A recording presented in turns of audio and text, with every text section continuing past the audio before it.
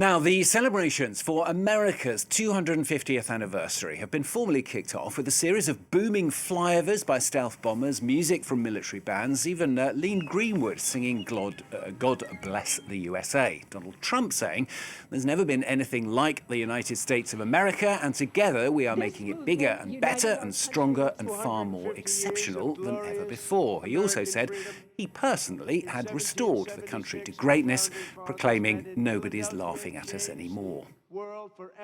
As America turns 250 years old, young by comparison to some, but superior to any nation that's ever been built, no matter how many years it took. We are the inheritors of these incredible traditions.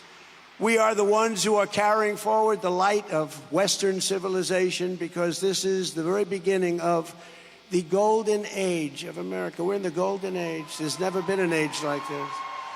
There's never been an age like this.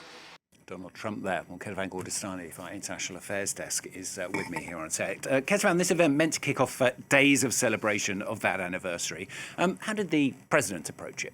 Well, look, first of all, this was sort of marred by controversy in the lead up to this event. Remember, Donald Trump only decided to speak after several musical acts that were supposed to be performing decided to pull out. And their concern was that this event had become partisan, had become political, and Donald Trump really proved them right. It was political from the get-go. You mentioned the presence of Lee Greenwood singing God Bless the USA. This is a staple, a soundtrack of Donald Trump rallies, and it has been so for years. Another political sign, the person who sang the national anthem. That was Alexis Wilkins. She's none other than the girlfriend of Kash Patel, the FBI director. So the setting was political, and Donald Trump's speech was very political. It was short by Donald Trump standards, under 30 minutes. But yes, he did talk a little bit about America's past, but mostly it was about politics. And you had some classic lines that we've heard from Donald Trump over and over again, talking about how the United States is now the hottest country in the world, that nobody is laughing at us anymore. These are things we've heard him say multiple times before. And instead of focusing on the future, on what the next 250 years of America could look like, he focused on listing what he sees as his accomplishment, his victories, the Memorandum of Understanding with Iran, his crackdown on immigration, the big, beautiful bill, the ousting of Venezuelan leader Nicolas Maduro. All of these things sounded a whole lot like a political rally rather than a celebration of America's independence. And he also used the line about how this is the beginning of the golden age of America. And that is a line that he used at his inauguration as well as the State of the Union. So the speech in itself was very much about Donald Trump's term as president of the United States, more so than what this means for America. So how does his approach then compare to previous celebrations? Well, look, it's not the first time that a president has presided over a milestone anniversary for the independence of the United States, and it's not the first time that it has happened during a tumultuous time for the country, whether it's economically or foreign policy-wise. And the big sort of look back is 1976. There was the 200th anniversary. It was Gerald Ford, the president, and you were at a time of just after the Watergate scandal, just after the ending of the Vietnam War. There was growing inflation. There was the beginning of a recession. And so it could have been also a political time. But in the past, presidents have really insisted on putting politics aside and really focusing on unity and on what this means for the United States.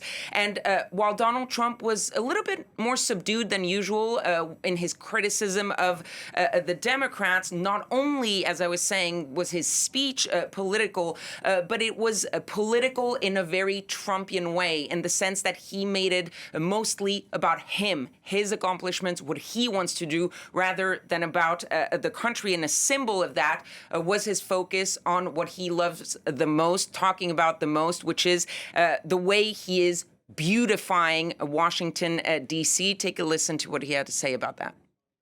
For our 250th anniversary, We are likewise building new monuments to American greatness to serve every future president and First Lady. We're building the most beautiful ballroom anywhere in the world right at the White House. Right at the White House.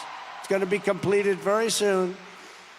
And just across the bridge in front of Arlington Cemetery, we're building a magnificent, really beautiful. This is going to be something you're going to like, a totally magnificent triumphal arch to honor the 250-year triumph of the American spirit, American military, and frankly, American competence. So Donald Trump there talking about that ballroom that is controversial because they destroyed the historic East Wing of the White House for it. The Arc of Trump is also very controversial in the United States, especially in Washington, because it's likely going to change the perspective, the skyline of Washington, D.C. And of course, not mentioned in that soundbite, but he did mention it during his speech, the reflecting pool and this whole drama around the flag blue that has become sort of slime green right now. And he accused, again, vandals of destroying what he was trying to do, which is make it more beautiful. But if you take aside the sort of fun about what these buildings mean, it does show that Donald Trump really sees this as a moment to focus on what his legacy could be as U.S. president. And unlike previous presidents who focused on trying to achieve some form of legacy through policy, through changes in American society, for Donald Trump, who used to be a real estate man, the focus for his legacy is really about buildings, building an arc of Trump, putting his name on buildings, beautifying things that will last after him, rather than focusing on what his legacy could be as president when it comes to the policy that could change society.